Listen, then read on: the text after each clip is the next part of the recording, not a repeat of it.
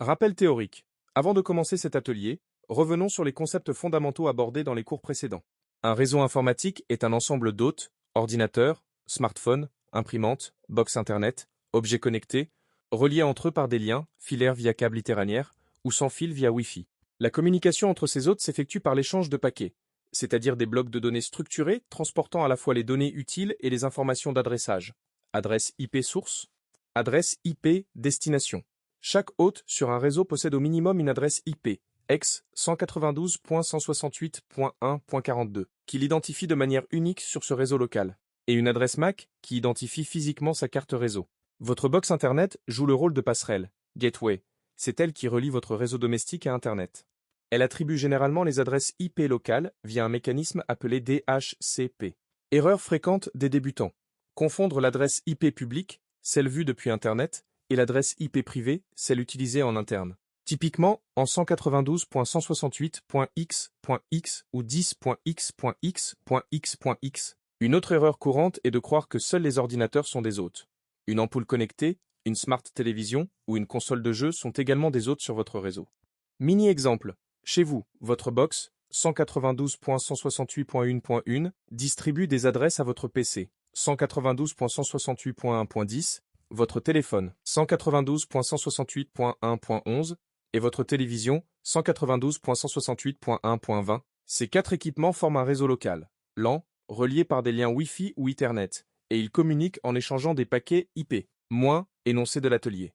Dans cet atelier, vous allez cartographier concrètement votre réseau domestique. L'objectif est double. D'une part, ancrer dans la pratique les notions théoriques d'hôtes, liens et paquets vus en cours.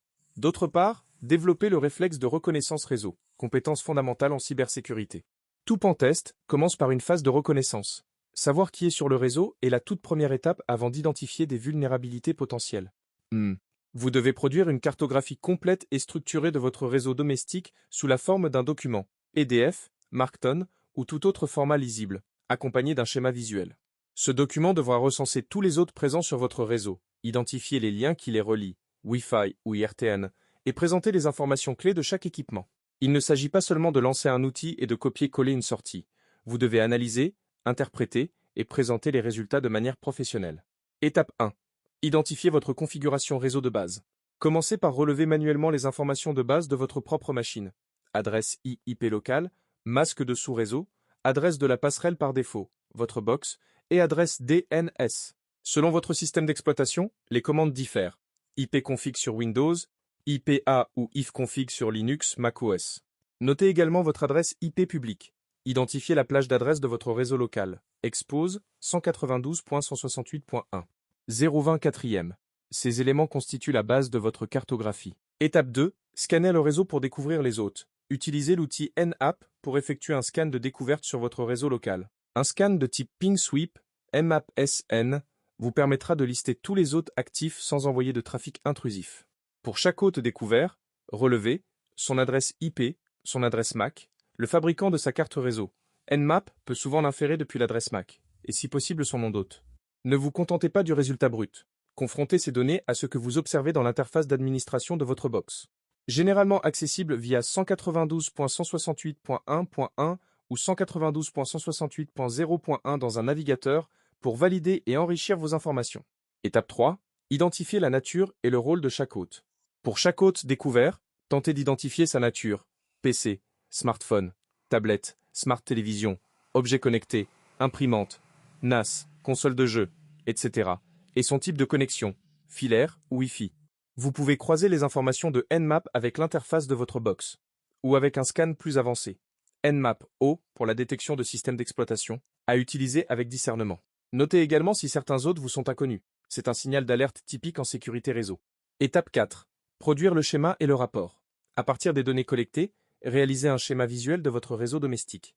Ce schéma doit faire apparaître la box routeur au centre, tous les hôtes identifiés avec leurs adresses IP, les types de liens, WiFi représenté en pointillés, Etherlen en trait-plein.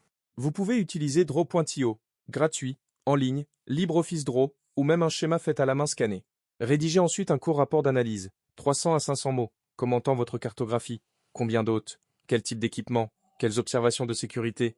Hôtes inconnus? Équipements anciens potentiellement non mis à jour? Etc. Et ce que cela implique du point de vue de la surface d'attaque. Conseil pour surmonter les difficultés. Si Nmap n'est pas installé sur votre machine, téléchargez-le depuis le site officiel nmap.org, disponible sur Windows, Linux et macOS.